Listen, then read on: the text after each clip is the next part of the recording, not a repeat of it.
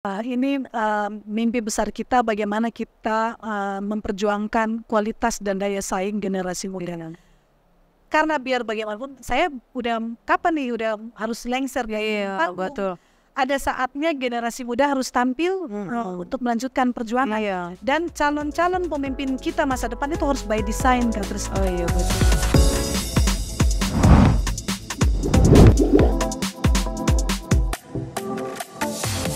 Warahmatullahi wabarakatuh, para pemirsa Kendari Info. Ketemu lagi saya Kristi Dinamita dalam podcast Kendari Info, podcast kisahan, semua ada kisahnya. Sore hari ini kita kedatangan tamu Kakak Inan ya, WOD Hamsina Bolu. Jadi saya cerita lagi bahwa Kak Inan ini bukan orang yang asing ya, karena saya dengan adiknya bersahabat gitu ya. Beliau adalah pernah menjabat juga anggota DPD pada tahun 2015-2019 ya. Kemudian beliau ini sejak dulu dikenal sama zaman-zaman saya tahun 90-an ya, karena beliau salah satu mutiara dari Sulawesi Tenggara istilahnya ya, karena dia terkenal cantik, pintar. Baik, selamat sore Kak Inan. Selamat sore Krisni, ini teman lama sahabat yang aneh, tapi adik rasa teman ini kalau sama Krisni ya. Iya, gimana kampanyenya di beberapa daerah? Ya, ini saya kan dapilnya Sultra ya, DPD RI. Luas sekali 17 kabupaten kota, dari kepulauan ke daratan, dari daratan ke kepulauan, mantap. Jalannya luas. Kampanyenya kan 17 kabupaten kota nih. Jadi posisinya berapa persen di kepulauan, berapa persen di daratan nih? Sebenarnya sebagai representasi Sulawesi Tenggara harus sama dong ya, harus sama 17 kabupaten kota. Jadi mengusahakan untuk semua dikunjungi. Iya, oke. Teman-teman, para pemirsa Kendari Info, kita dengar ya sedikit profil tentang beliau, bagaimana masa kecilnya, lalu kemudian sekolahnya, karirnya, lalu kemudian keluarganya. Ya, oke. Ayo Kak Inan cerita sedikit biar dikenal sama adik-adik. Kristi tahu ya saya lahir dan besar di Sulawesi Tenggara sebenarnya, meskipun kemudian lama merantau, tapi sampai remaja minimal sampai SMA itu di Sulawesi Tenggara. Saya lahir di Bau-Bau, Butan ya. Kemudian masa TK, SD hingga SMP masih di Bau-Bau. Dan setelah SMA saya pindah ke Kendari, SMA 1 Kendari, menyusul orang tua. Karena sebenarnya orang tua saya kan memang sudah lama di Kendari ya, sejak pembentukan Provinsi Sulawesi Tenggara. Nah, bergabung di Kendari dengan keluarga. Saya di SMA 1 Kendari. Hal itu terakhir sih hidup di Sulawesi Tenggara ya. IPA ya, jurusan IPA ya di SMA. Iya, saya IPA 1 SMA Negeri 1 Kendari. Kuliah di lalu lanjut kuliah S1-nya di mana? Ya. Jadi waktu SMA itu kelas 2 Kak Krisni, zaman dulu kan ada tuh ya, zaman Soeharto, siswa teladan. Iya, siswa teladan. Ya, saya mewakili Sulawesi Tenggara dan seleksi siswa teladan nasional di Jakarta, dan alhamdulillah waktu itu kita Sulawesi Tenggara menang tuh juara. Dan kemudian oleh Menteri Mendikbud waktu itu silakan pilih mau kuliah di mana gitu, di PTN. Ada tuh dapat SK gitu, masih kelas 2 udah SK seluruh rektor PTN supaya menerima. Aduh, kelas 2 nih boleh santai-santai nih. Tahu ya, enggak lah. Tetap belajar sebagaimana mestinya. Dan saya memilih di Institut Pertanian Bogor. Oh, di IPB. Kenapa tidak Institut Pertanian Bogor? Karena Sulawesi Tenggara nih kemana-mana kan isinya kalau bukan petani, nelayan. Dan saya cukup dekat juga di lingkungan keluarga, itu kan masyarakat, kalau bukan masyarakat yang berkecimpung di dunia perikanan, di dunia pertanian. Dan saya pergi masuk ke IPB, jurusan bebas tes waktu itu, dan kuliahlah di IPB. Jurusan? Saya mengambil jurusan kehutanan. Kehutanan ya? Iya, kehutanan. Mantap, memang dulu pada era 90-an itu yang keren itu memang pertanian, kehutanan. Iya, memang di beberapa universitas Ditambahkan itu. Dan kehutanan juga mungkin ini dulu kan kita suka pramuka ya sehingga ya. Terakhir saya di Kwarda itu kan bendahara Kwarda. Camping, aduh itu enak banget sampai di PB lihat anak kehutanan. Kayaknya camping terus gitu ya, Sinta Alam terus naik gunung. Wah ini asing sekali. Terus pucuk di Sinta Ulam tiba kita di Sulawesi Tenggara kan mau naik gunung apa gitu ya. Pas kesana kan ketemu tuh.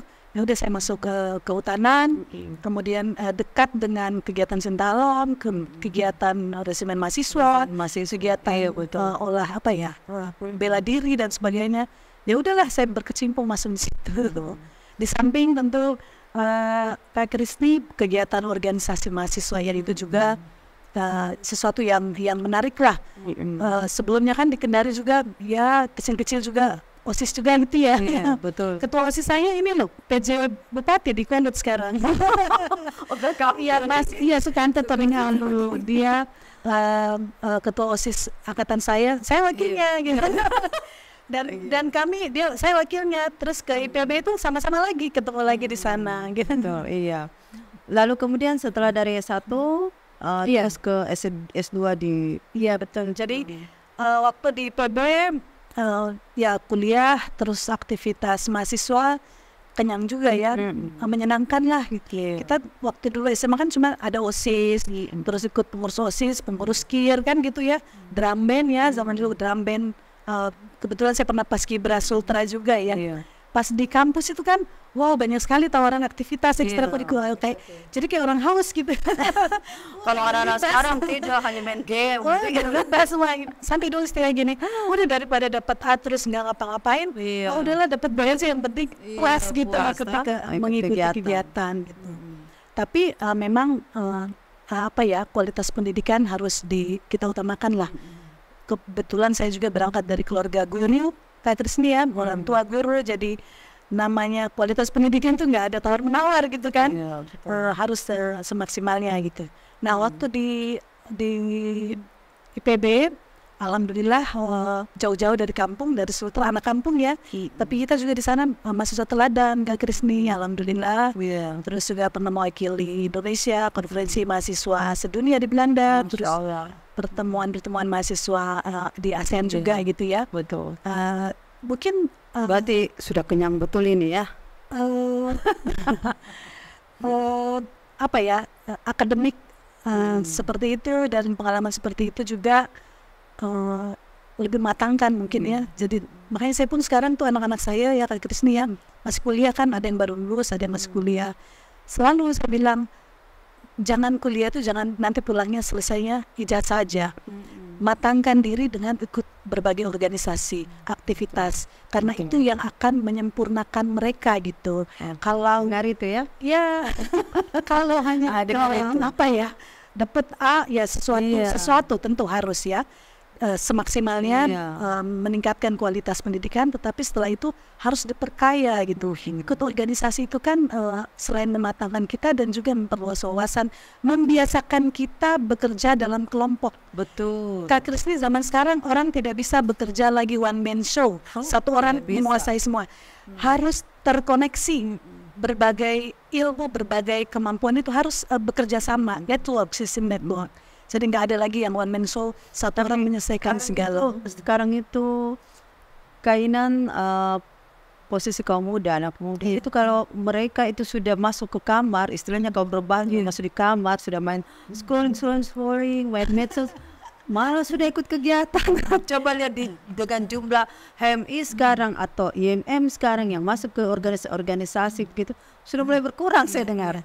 Karena mungkin ketertarikan dunia game apa semua lebih menarik bagi mereka. Padahal kita kalau masuk ke organisasi apa saja di kampus itu kan kita ditempa oleh bergaul kan gitu, lebih banyak bergaul. Anak saya ini malah introvert banget. Jadi saya kira organisasi mahasiswa di kampus tuh tidak ketinggalan zaman sih, bahkan tuh menjadi kebutuhan. Justru dunia kita sekarang ini kan dunia yang membutuhkan kita saling terkoneksi. Tinggal saja harus mereformasi diri juga sih. Misalnya sekarang paling sederhana pramuka ya. Pramuka itu kan makin jauh. Masih ada pramuka sekarang. Karena itu aktivitas pramuka juga harus terupdate gitu, Iya, mengikuti betul. perkembangan zaman. Karang Taruna saja sudah pernah dengar kainan Karang Taruna. Ya kita emang tidak bisa memaksakan anak muda zaman sekarang harus sama dengan zaman kita ya. Iya, betul. Tapi kita ambil esensinya. Esensinya itu orang harus bekerja bersama gitu loh. Bekerja bersama itu kan di dalam suatu organisasi kemahasiswaan itu kita sejak muda belajar bekerja bersama dalam struktur yang sistematis gitu. Iya, Dan ada tujuan, bukan kerjasama nongkrong-nongkrong, kerjasama ngobrol. Tetapi organisasi itu kan mengajarkan kita memahat kita untuk menjadi pribadi yang peka, Iya, peka sosial gitu, peka termasuk peka kehidupan berbangsa dan bernegara. Dan itu penting sekali. Kita kan tidak menginginkan anak-anak muda yang lulus dengan katakan prestasi maksimal akademis, tetapi kemudian steril dan tidak peka terhadap kehidupan sosial. Karena pada akhirnya kita akan kembali ke masyarakat dan kita harus membekali diri dengan kemampuan itu. Gitu. Kembali ke karir sekolahnya Kainan, kan pernah ke sekolah ke Jerman ya, itu. Nah, kondisi di sana karena Kainan cukup lama mungkin di sana, berapa tahun? Apa tuh yang membedakan dengan anak muda kita di sini? Kondisi di sana, artinya walaupun mungkin sudah lama tapi bisa lihat perbedaannya, gitu kan? Jadi sebenarnya ke Jerman itu kan juga implikasi dari perkembangan saya tahap demi tahap ya. Waktu di IPB kebetulan juga kita meskipun anak kampung, kita mahasiswa teladan juga gitu ya. Kemudian direkrut Pak Habibie pas lulus itu kan ingat dong Kak Krisni? Iya. Bapak almarhum ya Profesor B.J. Habibie, beliau pada saat itu menginginkan dia kan ada setengah Jerman.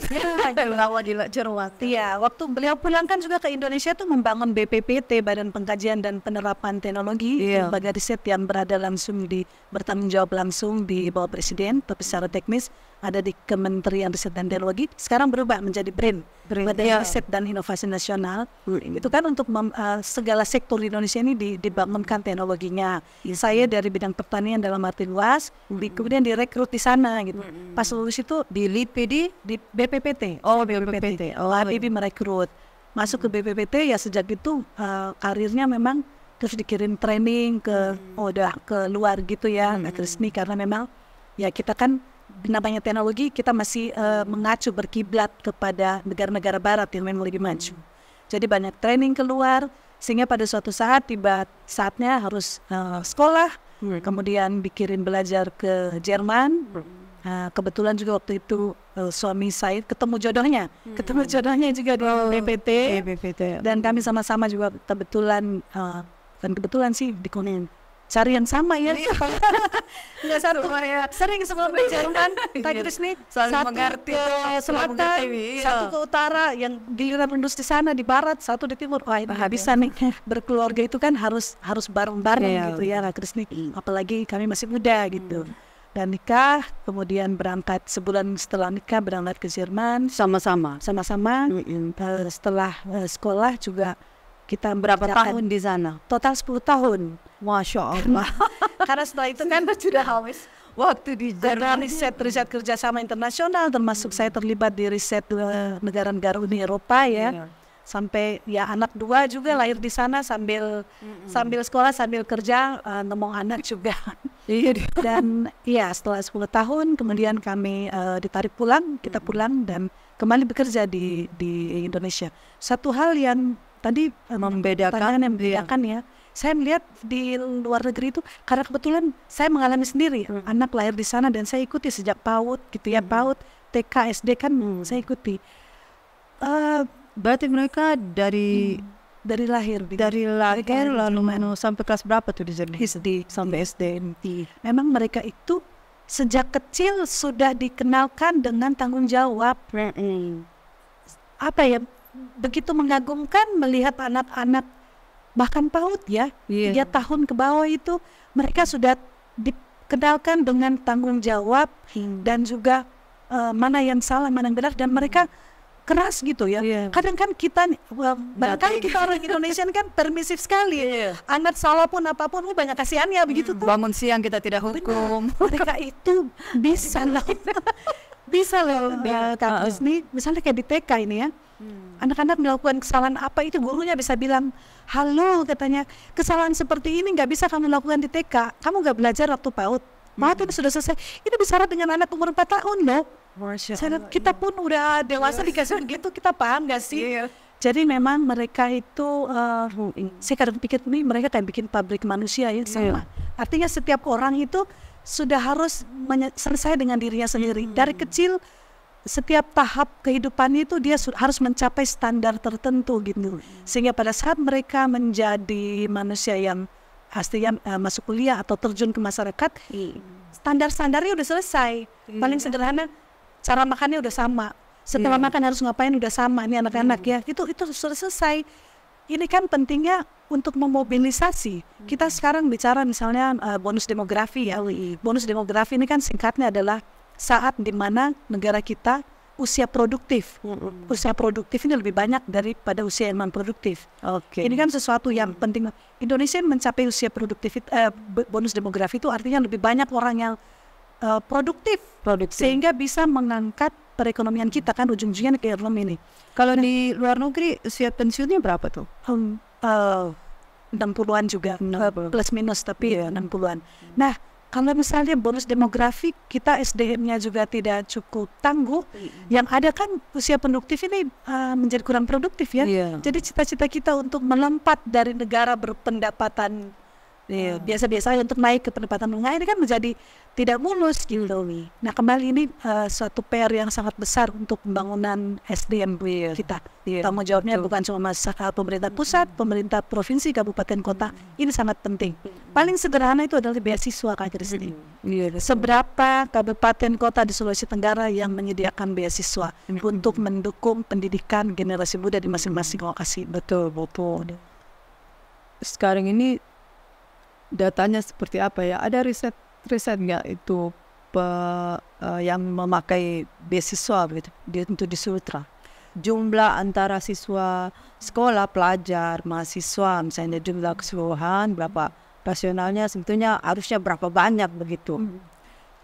Kalau angka ideal saya juga nggak dapat angkanya.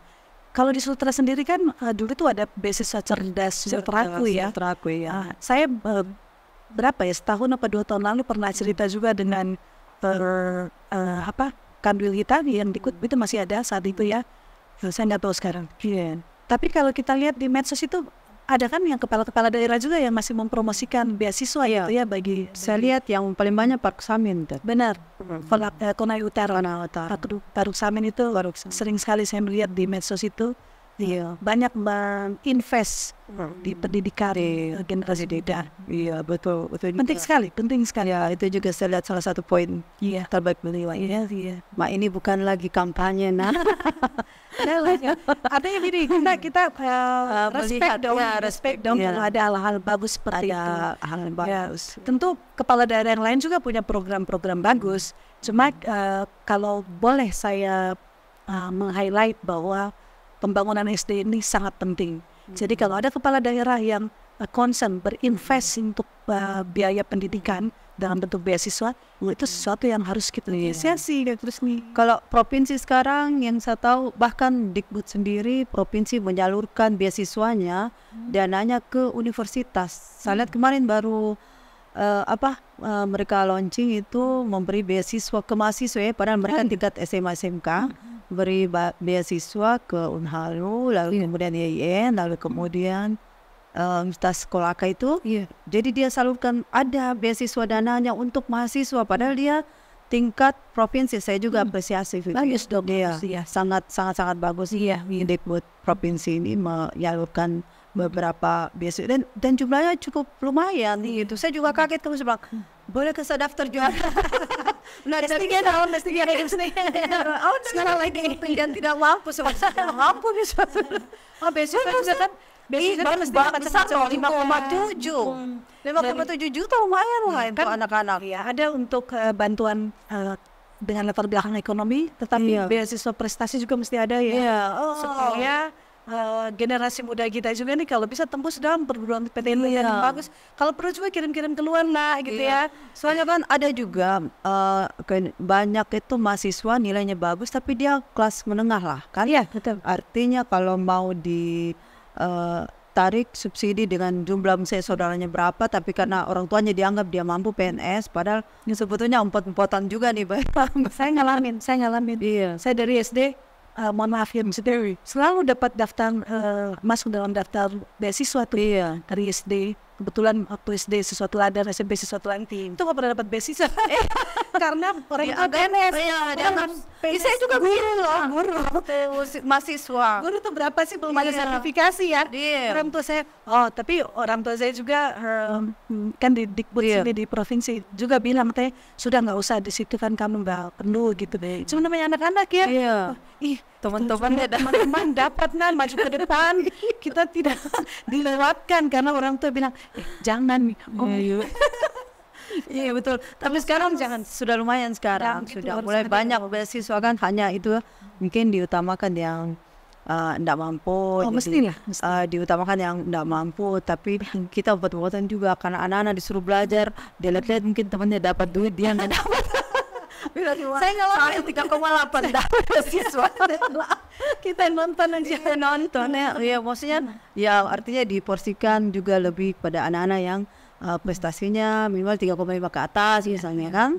Nah itu betul lah, paling menyakitkan kalau kita melihat seorang anak gitu ya, atau generasi muda kita lah yang mampu atau mau ke sekolah tapi nggak ada biaya, itu kan karena hak asasi kayaknya terliris banget ya. Aduh, gimana ya? Pendidikan sekarang kan begitu mahalnya. Saya ada ini teman suami istri PNS biasa, tidak ada jabatan. Terus anaknya lulus ke kedokteran. Tahu anda berapa SPP-nya? 34 juta. Padahal negeri. Hanya mungkin dia lihat saja profilnya bahwa bekerja dua-dua. Itu kan gaji berapa ya? Karena gaji berapa begitu kan? Belum banyak sekali begitu yang mungkin data-data dari universitas yang salah kah, atau bagaimana mereka menilai posisi, dan itu kan sekarang yang lagi viral ya di ITB ya, kalau nggak salah di ITB gitu. Nah ini Kenan menarik sekali karena memang Kenan ini artinya dari SD, SMP, SMA, kuliah menjadi pelajar terbaik dan melihat fenomena yang ada di dunia pendidikan kita, bahkan pengalaman di luar negeri, jadi bisa membandingkan. Mungkin di sana tidak terlalu susah kita. Banyak negara-negara maju itu kan biaya sekolah tanpa sekolah ya. Iya. Saya cerita Jerman aja nih, saya tahu di Jerman sekolah dari lahir sampai capek sekolah itu gratis ya. Iya. Semua sekolah itu milik negara. Masya Allah, itulah betul. Ada kesana tuh beasiswa kami suami istri itu beasiswa dari pemerintah Jerman, bukan beasiswa dari pemerintah Indonesia. Oh begitu. Ya beasiswa buat hidup. Karena sekolah gratis semua. Iya betul. Artinya beasiswa, artinya kan dapat program kan dari Indonesia. Beasiswa apa namanya sih? LPDP apa ya? Bukan. Jadi pemerintah Jerman itu memberi beasiswa ke banyak negara lah. Itu beasiswanya DAAD namanya. Itu kerja seperti Biro Kerjasama Luar Negeri Jerman. Indonesia dijatah berapa orang, kita ikut seleksi, ya lolos dan berangkat. Tapi ada juga mahasiswa Indonesia yang sekolah di Jerman dengan beasiswa pemerintah. Tapi kalau kami beasiswa pemerintah Jerman. BTTP ini kan statusnya berarti pegawai negeri begitu ya? Saya pegawai negeri. Pegawai negara. Saya pegawai negeri. Saya lulus IPB itu, kemudian direkrut Pak Habibie masuk BPPT itu langsung PNS. Jadi berapa ya? 20 berapa sih PNS di luar? Iya. Waktu saya untuk DPD, maju DPD ini, tadi Kartusnya bilang saya sudah pernah menjadi anggota DPD periode 2015-2019. Itu saya harus mundur harus mundur dari pegawai negeri. Tapi saya nggak bisa pensiun dini karena umur belum cukup. Kan kalau pensiun dini itu minimal kerja 20 tahun, usia 50. Saya kerja sudah lewat, tapi usia belum cukup. Jadi harus mundur. Bakar perahu ya. Iya, bakar kasih pecah piring. Tidak apa-apa untuk sebuah pengabdian yang Nah, oke, kita cerita-cerita bagaimana keinginan itu pindah dari Pindah haluan seorang gitu pindah ya. haluan dari seorang akademisi Iya. terus pindah ke dunia politik. Gimana tuh awalnya? Ketertarikannya itu kenapa? Iya. Sebenarnya intinya tuh sama aja sih, bagaimana kita berhikmat pada kemanusiaan, pada negeri gitu ya. Kalau di BPPT dulu istilahnya kami tuh teknokrat ya. Kalau jabatan profesinya tuh perekayasa. Gitu. Memang wilayah kerjanya se-Indonesia dari Sabang sampai Merauke sangat menyenangkan, sangat menyenangkan. Jadi tugasnya kan bagaimana menemukan langkah-langkah terobosan untuk di bidang pertanian dalam arti luas ya, sesuai kompeten saya di BPPT untuk menghadirkan solusi-solusi yang sifatnya terobosan untuk meningkatkan kesejahteraan masyarakat. Nah itu menyenangkan sekali kerja di situ, mungkin juga panggilan jiwa ya, passion istilahnya orang. Kalau mungkin masuk ke pelosok-pelosok, masuk ke hutan misalnya gitu, suatu misalnya dari Papua itu ada pegunungan Siklops, masuknya jauh sekali, atau menyeberangi sungai yang naik bambu rakit gitu ya. Kalau kebetulan saya ya suka juga ya, jadi menyenangkan saja. Nah sebenarnya pekerjaan itu pada hakikatnya kan untuk mengabdi untuk suatu kehidupan yang lebih baik bagi masyarakat kita. Jadi kalau bicara hakikat itu sama aja sih, kita sebagai perekayasa atau sebagai politikus. Saya memang tidak punya latar belakang politik, meskipun orang tua Bapak Ibu juga pernah di DPRD provinsi ya, tapi latar belakang saya kan lebih ke saintifik gitu ya. Nah sampai pada pemilu 2014-2015 gitu terpikirkan, Kak Krisni, waduh ini saya mutar-mutar urus Indonesia gitu ya. Kemudian saya izin ke kepala BPPT, ke Menristek itu, saya pamit dulu deh, saya jangan urus Indonesia lagi. Saya pulang aja dulu urus Sulawesi Tenggara gitu ya. Dan ya tentu nggak mudah lah di awalnya izinnya, karena ya gimana ini ibu nih ngurusin maksudnya dibutuhkan sih ngurusin Indonesia, kenapa harus pulang ke Sulawesi Tenggara? Sulawesi Tenggara juga kan bagian dari Indonesia, tetap bisa mengerjakan Sulawesi Tenggara. Saya izin, saya ingin fokus di Sulawesi Tenggara. Dan ya udah akhirnya nyemplung masuk ke DPD RI yang meskipun saya backgroundnya teknokrat, mau nggak mau ini lembaga politik juga, kita bisa lihat sebagai politik. Dan udah terjunlah ke situ. Nah kemudian kalau pertanyaan juga ditanya juga, kenapa nggak DPR RI? Lebih sebagian kan lihat, lebih jeder gitu lah ya. Pertama memang saya bukan orang politik, nggak punya partai politik gitu. Siapa juga yang mau lamar gitu ya. Artinya partai mana juga yang mau lamar. Dan saya melihat lewat DPD RI juga kita bisa memperjuangkan daerah kita. Iya ya, jadi masa kerja 2015 waktu itu kira-kira apa nih yang menarik dari kerja-kerja DPD gitu? Bagi dulu, karena untuk kaum muda itu masih sangat tanda kutip masih asing juga sih sebetulnya. Apa sih itu DPD gitu? Apa perannya untuk kita? Apa fungsinya untuk kita bagi kaum muda gitu? DPD itu kerja apa sih gitu? Jadi mungkin kalau anak-anak muda sekarang tuh kan sudah nggak tahu ya zaman Pak Harto dulu gitu ya. Zaman dulu itu kan Indonesia belum mengenal sistem 2 kamar kayak sekarang. Ada DPR RI, ada DPD. Jadi cuma ada DPR RI, jadi namanya wakil rakyat adalah yang dipilih melalui partai. Zaman dulu suka disebut DPR RI _MPR RI. Di forum MPR itu bergabunglah para utusan daerah. Utusan daerah itu kan sebenarnya utusan daerah dan utusan golongan ya, Kak Krisni. Biasanya itu ditunjuk oleh gubernur. Ada mantan bupati, mantan tokoh-tokoh, utusan itu dan dari perwakilan TNI dan Polri gitu ya. Sebenarnya itu utusan daerah seperti itu, DPD RI juga utusan daerah. Artinya tapi tidak ditunjuk oleh kepala daerah, tapi dipilih langsung oleh rakyat. Jadi sering dibilang bahwa DPD RI ini adalah lahir sebagai tuntutan zaman sih. Itu adalah pasca reformasi dipikirkan bahwa semua harus dipilih. Sistem kenegaraan kita kurang imbang, perwakilan daerah ini kurang. Kita terlalu tersentralisasi gitu. Diharapkan dengan lahirnya DPD ini, desentralisasi itu lebih kuat gitu disuarakan. Jadi DPD RI ini lahir agar perwakilan daerah itu yang tadinya utusan dan golongan itu juga dipilih oleh rakyat. Jadi rakyat pun ikut menentukan putusan daerahnya yang dipilih terlepas dari partai gitu. Dan jumlahnya DPD RI ini empat orang anggota setiap provinsi di seluruh Indonesia. Sama semua ya? Ya, mau provinsi besar seperti Jawa Barat atau kita yang provinsi kecil tetap representasinya orang. Saya pikir itu fair.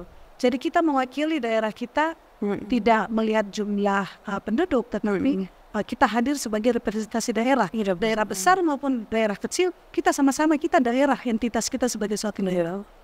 Oke, terus kerja-kerjanya seperti apa? Contoh yang konkret. Kalau kita lihat fungsi ini kan, DPD ini ada 3 fungsi utama, itu fungsi legislasi. Oke. DPD RI juga membuat RUU bersama-sama dengan pemerintah dan DPR RI. Oh gitu. Terus ada fungsi pengawasan. DPD RI juga melakukan pengawasan terhadap jalannya pembangunan, penerapan undang-undang. Paling praktisnya itu melalui reses. Reses ada memang poin-poin yang diamanahkan. Sekarang harus mengawasi tentang misalnya jalan untuk pembangunan pertanian dalam arti luas, untuk transportasi dan sebagainya, itu ada. Kemudian kalau DPD juga lebih khususnya ada fungsi representasi. Dia adalah representasi daerah. Jadi seorang anggota DPD kita di panggung nasional berempat itu adalah representasi Sulawesi Tenggara. Gitu. Jadi artinya kalau dari segi kaum muda nih, ya DPD itu apa sih perannya bagi saya gitu loh. Jadi saya mau coba supaya gini, anak muda ini bisa punya pilihan. Coblos, saya coblos ini deh, dia bagus memperjuangkan ini misalnya, toh? Iya, kembali lagi di fungsinya. Tadi kalau kita bicara DPD RI fungsi legislasi ya, dia ikut membuat RUU gitu. Kak Krisni kebetulan saya selama di DPD RI juga menjadi ketua tim RUU. Jelek-jelek ya anak kampung ya anak sih. Tapi alhamdulillah selama di DPD RI rasanya saya maksudnya selalu dari RUU satu ke RUU lainnya. Contohnya misalnya RUU penanggulangan kebakaran hutan pada saat kebakaran hebat 2015-2016 ya. Kemudian pemerintah DPR dan DPD yang merasa perlu untuk membentuk RUU penanggulangan kebakaran hutan. Ya, saya memimpin.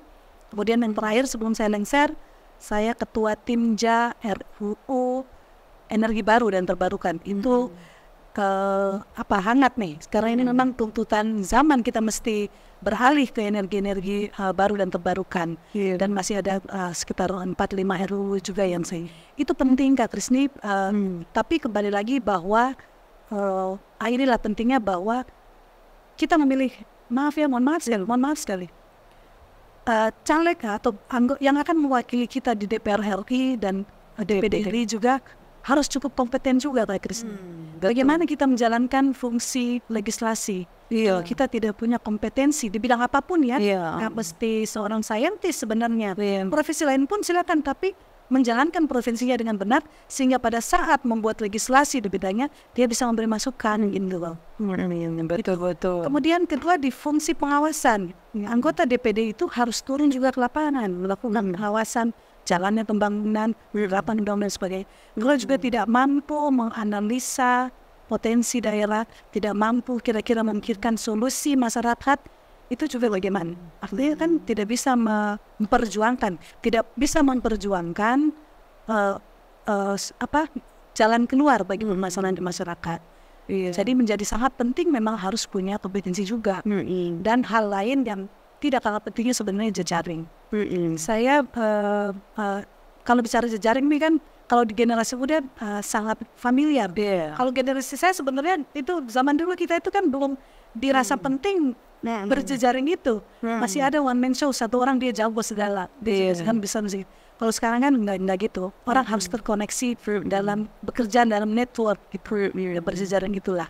Artinya harus punya kompetensi dan kemudian dia harus berjejaring. Di samping tentu punya dedikasi gitu kan, harus amanah dan suatu hal yang harus kita bagi calon DPD. Jadi kalau misalnya masyarakat atau generasi muda ngapain sih anggota DPD? Oh itu penting sekali. Ada di fungsi legislasi menghadirkan undang-undang yang benar. Nah, undang-undang itu menjadi sangat penting. Kalau undang-undangnya bengkok ke bawah, turun regulasi ke bawahnya juga tidak akan. Kalau setahun berapa kali reses? Reses Kalau untuk DPD sama dengan DPR RI. Jadi waktu reses DPD RI dan DPR RI itu sama. Masa resesnya juga sama. Masa sidangnya sama. Harus sama Kak Kristi. Karena pada saat masa sidang melakukan kerja-kerja yang ini saling terkoneksi. Ya, misalnya pembahasan RUU gitu ya. Kalau DPR RI bikin RUU apa, nanti DPD juga ikut membahas atau sebaliknya gitu. Pada saat pengawasan juga kita diberi guideline poin-poin apa yang menjadi pengawasan. Itu juga saling terkoneksi karena di DPD juga punya mitra-mitra kementerian dan lembaga gitu. Nah, kalau dilihat ini DPD dibanding DPD dan DPR ini beda kuku ya. Apa? Itu suka duka ketika turun mengawas apa di DPD itu tidak ada gunanya. Sering kita dengar ungkapan-ungkapan julid masyarakat seperti itu gitu. Saya mau tahu nih, bukan cuma saya, semua mau tahu nih, apa tuh dukanya ketika turun mengawasi terus dipandang enteng seperti apa gitu. Nggak langsung diselebat. Nggak lah, kalau saya sih tidak berkecil hati, karena memang kalau orang memandang bahwa DPD ini tidak sekuat DPR RI, ya memang pada kenyataan seperti itu. Apa yang menyebabkan? Kalau fungsi legislasi, sekarang fungsi legislasi. Kak Krisni, saya tadi sudah bilang saya ketua Timja pembentukan RUU sekian RUU. Tetapi pada saat mengundangkannya, ketuk palunya kan cuma di DPR. DPD tidak ikut ketuk palu gitu. Itu satu, itu kan artinya ini lebih lebah. Kita menghasilkan RUU tapi tidak ikut ketuk palu. Nah, padahal amanat undang-undang DPR RI dan DPD RI harus setara loh. Itu undang-undang setara. Nah, makanya juga setiap periode DPD RI selalu ada upaya untuk melakukan perubahan, penguatan terhadap fungsi DPD RI supaya haknya sama. Karena sebenarnya sama. Uang yang dihabiskan juga sama. Nah, kemudian kalau misalnya dapilnya sama gitu kan, perjuangannya sama gitu, kok kekuatannya tidak sama. Kemudian juga yang istilahnya perbedaan yang buat nyata itu di fungsi budgeting, penganggaran. Betul, penganggaran. Kalau DPR RI berarti ikut duduk bersama pemerintah membahas APBN kan. Kalau DPD ya kita dengar lagi. Apa ya namanya fungsi ikut membahas lah. Tapi ibaratnya ya ikut-ikut aja, tidak cukup, belum pada sampai ikut menentukan. Mungkin itu yang sering dikatakan bahwa kurang punya gigi, tajinya tumpul begitu ya Resni. Tapi kalau pandangan saya, itu satu hal yang masih harus menjadi perjuangannya DPD untuk periode-periode ke depannya. Tapi kalau memperjuangkan kepentingan daerah, pengalaman saya ya, pada saat reses kita menemukan masalah di masyarakat dan kita butuhkan solusi. Itulah pentingnya kita berjejaring. Kita punya koneksi jaringan atau teman-teman atau relasi di berbagai kementerian dan lembaga supaya kita bisa mendapatkan bantuan solusi bagi permasalahan masyarakat kita di daerah. Nah, sekarang kayaknya saya mau tanya nih soal peran perempuan. Peran perempuan ini di Sultra ini, kita ini sebetulnya kekurangannya apa begitu untuk masuk ke dunia politik, ekonomi, apa segala macam ini kan saya lihat masih banyak, bahkan suara perempuan untuk perempuan sudah tidak lagi bergaung kan. Dulu itu pada tahun berapa itu kan ada tuh kampanye suara perempuan untuk perempuan supaya kita juga ada porsi yang lumayan besar di dunia politik. Nih, bagaimana nih? Apa kekurangannya? Apa yang perlu kita perbaiki? Jadi kata kuncinya mungkin pengarus utamaan gender. Pengarus utamaan gender ini adalah bagaimana sejak tahap perencanaan kebijakan di daerah. Kita bicara daerah aja lah, Sulawesi Tenggara ya. Baik di level pemerintah provinsi, kabupaten, kota. Bagaimana sejak perencanaan maupun pelaksanaan dan selanjutnya bagaimana pemerintah provinsi, kabupaten, kota ini memberi ruang bagi perwakilan gender gitu. Salah satu misi saya itu, misi keempat kalau nggak salah, adalah memperjuangkan keadilan dan kesetaraan gender. Jadi kalau tadi saya baru wawancara di RRI Kendari ya, 5 misi saya yang 1, 2, 3 itu adalah fungsi DPD sebenarnya, fungsi yang sudah baku, itu adalah kewajiban seorang anggota DPD. Saya tambahkan 2. Pertama adalah, yang keempat itu adalah 3 yang utama, dan yang keempat itu adalah harus memperjuangkan keadilan dan kesetaraan gender. Dan yang kedua, memperjuangkan kemajuan dan daya saing generasi muda Sulawesi Tenggara.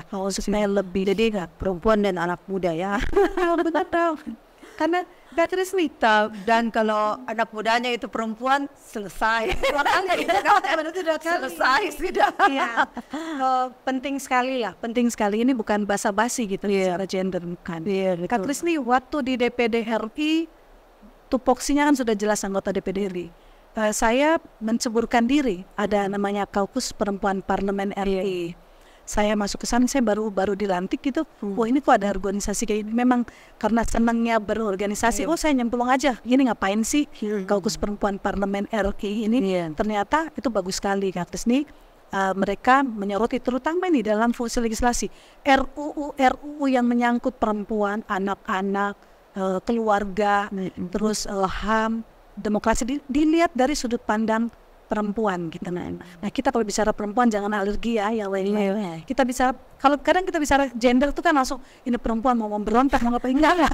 Bukan gitu. Kita bicara ini keadilan dan kesetaraan gender. Ini kan maksudnya perempuan itu kalau berdaya pada akhirnya kan nanti untuk keluarga. Keluarga berdaya. Pada saat keluarga berdaya, kalau semua keluarga berdaya, ya nasional kita berdaya juga gitu. Jadi di Kaukus Perempuan Parlemen seperti itu, saya dulu anggota. Kemudian 5 tahun ini kan saya tidak anggota lagi ya, Kak Krisni. Tapi teman-teman di Kaukus Perempuan Parlemen tetap mengajak. Kebetulan saya Dewan Pakar di Kaukus Perempuan Parlemen RI gitu. Yang ketuanya Bu Ida, Menteri Transmigrasi Tenaga Kerja ya, yang dari PKB. Nah, di sana perjuangan perempuan itu ada di sana gitu. Gitu ya. Selain Dewan Pakar di Kaukus Perempuan Parlemen RI, saya Dewan Pembina di Himpunan Alumni PB di DPP. Sebelumnya saya lengser, ini loh gini-gini ketua Himpunan Alumni PB Sultra ceritanya. Kemudian saya karena sudah masuk di kepengurusan di pusat, saya mundur. Ini Bang Munir, ketua di Sultra. Caleg juga tuh, caleg juga. Dia caleg sekarang. Kampanye sudah, suara PB masuk sudah. Teman. Dia caleg, dia banyak bekerja sosial lah. Kemudian juga terlibat kegiatan ini kembali lagi beasiswa untuk adik-adik kelas gitu ya. Mengenai beasiswa ini saya tuh kadang mikir loh, Kak Krisni, kita nggak bisa ya di Sultra ini bikin kayak Gebu Minang, gerakan 1000 Minang, itu keren banget. Gerakan 1000, iya, Gebu Minang itu loh. Kita bikin apa sih, dana abadi gitu ya, khusus untuk pendidikan muda gitu. Siapa sih yang nggak mau sumbang sebulan 5.000 apa sih? Harusnya dia gerakan itu sebetulnya bisa kita lakukan. Menarik sekali. Sederhana kita. Ini juga ya, ide ini mungkin bagus ditanggapin para pemirsa Kendari Info. Dana abadi untuk satu sekolah ya. Kak Krisni, 2 bulan lalu saya bilang saya tadi salah satu Dewan Pembina Himpunan Mahasiswa IPB se-Indonesia itu melonsing dana abadi untuk pendidikan. Dananya itu dari alumni, tidak diambil, cuma nitip deposito. Jadi ada yang nitip 1 juta, ada yang berapa, ada yang pemain kakap ini kan nitip 1 miliar. Di launching hanya berapa jam itu sekian miliar, dan itu disimpan hanya dipakai hasil usahanya untuk membiayai adik-adik yang membutuhkan. Bayangkan kalau kita di Sultra seperti ini. Iya betul. Itu di mana itu? Banyak tambang tadi. Yang launching di mana? Ini alumni IPB Sultra, alumni IPB Nasional Indonesia itu launching. Sederhana. Di Sultra juga bagus. Cuma mungkin kita bisa pakai kayak tabungan yang kita keliling ke ke alumni kah, atau biar enggak alumni enggak apa-apa kan, hanya untuk kita cuma pengelolanya harus terpercaya. Makanya saya daftar deh, nggak ada relawan kan. Kadang-kadang itu organisasi dalam bentuk seperti itu pengelolanya yang agak sulit kita dapat, yang amanah begitu Kita kan. butuh tokoh. Karena ini dana abadi yang akan Betul, tinggal dana lama. abadi, betul. Makanya kita butuh tokoh yang bisa dipercaya oleh banyak orang gitu ya. Artinya juga orang-orang yang memang sudah selesai dengan dirinya sendiri. Betul. Saya kira nggak mudah, nggak sulit. Iya. Di Sultra ini banyak kan tokoh-tokoh yang kita percaya ya, orang-orang tua kita. Iya, betul. Ya bisa. Kalau pekerjanya ya nggak apa-apa, yang mudah-mudah kayak Kak Krisni juga bisa. Ini juga saya percaya loh. Insya Allah mana. Artinya gini, ini mimpi besar kita bagaimana kita memperjuangkan kualitas dan daya saing generasi muda. Karena biar bagaimanapun saya udah kapan nih udah harus lengser Iya, betul. Ada saatnya generasi muda harus tampil untuk melanjutkan perjuangan. Iya. Dan calon-calon pemimpin kita masa depan itu harus by design, Kak Kris. Oh iya, betul. Desainnya dari sekarang. Bagaimana pemuda-pemuda kita yang berkualitas di kampus-kampus dijaga pendidikannya, jangan putus sekolah. Kalau dia bisa lanjut, dia bisa tembus perguruan tinggi PTN bagus-bagus, disokong dengan biaya. Kalau dia bisa keluar negeri pun disokong dengan biaya dari dana abadi kita misalnya ada itu ya. Dan ketika mereka juga terjun di masyarakat, apa mau jadi caleg kalau memang bagus? Iya, kenapa tidak? Iya. Jadi kalau bicara generasi ini apa namanya ya, kan sekarang ributnya senasional apa ya, KKN apa sih? Orda. Ya, orda kayak gitu. Ya kita juga di lokal Sultra juga itu bukan sesuatu yang tidak ada gitu. Iya. Nah, pemimpin masa depan kan generasi muda, kalau kita bicara mereka akan menjadi pemimpin masa depan, ya harus by design, didukung. Iya, betul. Jangan tiba-tiba muncul yang entah dari mana karena punya kekuatan lain-lain yang bukan kualitas, kemudian mengambil peran gitu. Nah, ini anak-anak muda kita yang memang berkualitas, punya organisasi yang matang di organisasi, biasa ditempa oleh aktivitas di masyarakat, harus kita pelihara ini, dipelihara supaya mereka juga menjadi tanggung jawab kita untuk mengentaskan mereka, sehingga mereka ketika pada saatnya terjun di masyarakat, mengambil alih tanggung jawab di masyarakat, memang mereka bukan tiba-tiba, by design. Karena seperti ini, banyak di atas setelah duduk mungkin terlibat kasus korupsi atau apa, suap anggota DPR atau DPD, itu karena kan biaya politik mahal sekali nih, kan pengembalian. Nah, kalau kita bisa seperti tadi kayak kainan, kita by design ya, kita menyiapkan bahwa si ini bagus loh dengan predikat ini, siswa teladan, maksudnya apa segala macam. Kalau dia mau maju kita bantu gitu, karena kita bisa membentuk. Kalau dia juga make nggak apalagi tuh suap. Contoh ya, waktu saya masuk ke Panwas itu pas rekrutan Panwas Kabupaten itu saya apalagi tuh ultimatum bahwa tidak boleh ada uang. Kenapa? Karena waktu saya masuk itu tidak ada uang sama sekali. Saya duduk memang berbekal pengetahuan, jejaring apa semua, tapi uang tidak ada. Jadi itu karena saya juga masuk tanpa duit gitu, otomatis di bawah saya juga tuh tidak ada. Nah, kalau kita ini sudah melempar-lemparannya jauh begitu kan, artinya bukan lagi sudah menjadi rahasia umum bahwa itu permainan uang itu. Bahkan KPU Bawaslu juga sekarang sudah diidentifikasi seperti itu. Nah, itu mungkin karena mereka juga masuk susah begitu kan. Nah kalau seperti itu sebenarnya idenya bagus sekali juga. Artinya ini menarik bahwa kenapa kita tidak menyiapkan seorang pemimpin yang dia mau maju gubernur misalnya, karena kita tahu dia bagus, biar dia muda. Kalau memang dia organisasi bagus, visi misinya bagus, perencanaannya bagus, kenapa kita tidak bantu dari dana abadi ini? Why not? Kan? Jadi dia tidak perlu pikirkan ini, dia sisa bekerja begitu. Nah, besok-besok kalau dia melenceng, kita sisa ketok kepala kita, kalau perlu kita buang di got. Kak Krisni ya kan, lihat di kampus banyak tuh ketua BEM bagus-bagus, ketua HMI, GMNI, PMI, pokoknya bagus-bagus sih, semua bagus-bagus. Iya, bagus-bagus. Hati juga, oh my god, perempuan hebat. Kayak di kita di Hati. Iya. Saya kalau lihat, iya Allah, kalau saya apa gitu, kok pergi ke sekolah lagi, kasihan deh, Jakarta begitu toh. Saya waktu DPD yang periode yang lalu, waktu DPD kan ada 5 staf DPD itu yang melekat di anggota DPD ya di Senayan pada saat saya masuk. 5-5-nya waktu saya masuk itu sudah ada kan. Saya bilang ini 5-5-nya saya ingin dari putra-putri Sulawesi Tenggara gitu. Oh, kenapa diganti 5-5-nya? Nggak bisa nih Bu. Ya ganti dong, saya butuh 5-5 putra-putri Sulawesi Tenggara. Karena apa? Ya mereka paling paham kalau ada masyarakat yang datang menyampaikan aspirasi. Ibaratnya dia paham, mungkin dia cuma bisa bahasa tolak, cuma bisa bahasa monop. Iya betul. Dia mau makan apa mereka pengen tahu. DPD sekarang kan staf ahlinya berapa tuh sekarang? Berapa? Dulu saya sama Pak Ida kan 4. Oh, Pak berarti Ida. tambah ya? Iya. Mestinya Pak Ida, kalau ada Ida unsur pimpinan lebih banyak. Lebih banyak memang. Lebih yang pertama kan tidak. Yang waktu dia wakil itu sudah 7 kalau tidak salah. Kalau saya dulu sampai 2019 itu 5. Nah, itu 5 staf itu syarat pertama ketika saya menerima mereka adalah harus sekolah. Iya harus sekolah, betul. Saya bilang saya terima adik-adik di sini bantu saya bukan untuk bekerja. Bekerja ini. Kalau bekerja kita bayar aja tuh banyakin. Iya. Sarjana administrasi dan sebagainya. Ini adik-adik harus sekolah. Yang S1 harus S2, S2 harus S3. Karena apa? Sulawesi Tenggara kita butuh ini SDM yang lebih bagus. Dan iya betul. Mereka merantau ke Jakarta kan, merantau di Jakarta untuk sekolah. Ya udah cemplung saya situ memang 5, tapi kadang-kadang kalau saya butuh butuh tenaga lebih banyak, kayak itu himpunan mahasiswa kita di sini. Bantu dong para kerja rodi, kau datang dan bantu kerja.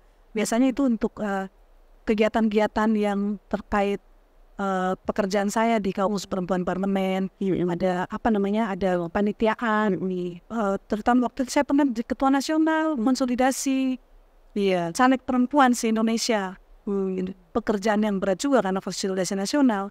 Saya libatkan adik-adik mahasiswa dari Sutra untuk bantu kerja. Sebenarnya hal seperti itu untuk biar mereka juga kan pengalaman yang nanti kan bayang dong kalau dulu juga saya masih mahasiswa terus ada anggota DPR anggota DPD untuk melibatkan bisa masuk Senayan kan gak boleh juga ya. Terusnya di palang banyak palangnya lah betul. Tokoh-tokoh kita ke depan saya kira juga harus lebih membuka ruang untuk keterlibatan adik-adik generasi muda ini dalam aktivitas-aktivitasnya di Senayan. Betul. Baik, bincang-bincang kita sore ini menarik sekali, terutama tentang bagaimana kita apalagi soal beasiswa, soal belajar, soal anak muda ya. Oke, Kainan, mungkin masih banyak yang kita ngobrol, cuma waktu membatasi. Nah, sebelum berakhir, boleh lihat ke kamera sana dan pesan untuk kaum muda. Jadi Kendari Info ini 80% followersnya ini anak muda, jadi tolong kasih pesan dan kesan juga kampanye sedikit boleh. Untuk generasi muda Sulawesi Tenggara yang masih kuliah, maksimalkan belajar. Kita harus mencapai yang terbaik ya. Meskipun adik-adik yang aktivis tidak berarti bahwa akademiknya itu biasa-biasa aja gitu ya. Karena aktivitas adik-adik di berbagai organisasi itu akan semakin memperkaya adik-adik. Itu sangat dibutuhkan untuk melatih kepekaan, melatih bekerja terkoneksi, karena kalau di organisasi itu kan kita biasa bekerja network ya, sehingga pada saat adik-adik terjun ke masyarakat sudah tidak steril dengan keadaan-keadaan tugas-tugas seperti itu. Pada saat terjun di masyarakat sesuai dengan kompetensi masing-masing yang dicapai selama menempuh bangku pendidikan, adik-adik juga sudah terlatih di organisasi, itu akan semakin menyempurnakan adik-adik semua. Nah, bagi yang belum selesai pendidikannya, jangan maksimalkanlah gunakan kekuatan semaksimalnya untuk mencapai kualitas yang terbaik gitu juga. Oke, kampanye dikit dong, nomor urut berapa? Oh iya. Mungkin udah tahu tadi di pendahuluan ya. Jadi saya sekarang sedang berjuang untuk saya caleg DPD RI, Dewan Perwakilan Daerah Republik Indonesia, Dapil Sultra. Nama saya Insinyur Waudiam Sinabolu MSC, nomor urut 22, jangan lupa. Mohon doa dan dukungan. Oke, terima kasih. Baik pemirsa Kendari Info, demikian tadi bincang-bincang dengan Ibu Hamsina Bolu ya. Sampai jumpa minggu depan dalam episode berikutnya. Salam. Assalamualaikum warahmatullahi wabarakatuh. Waalaikumsalam.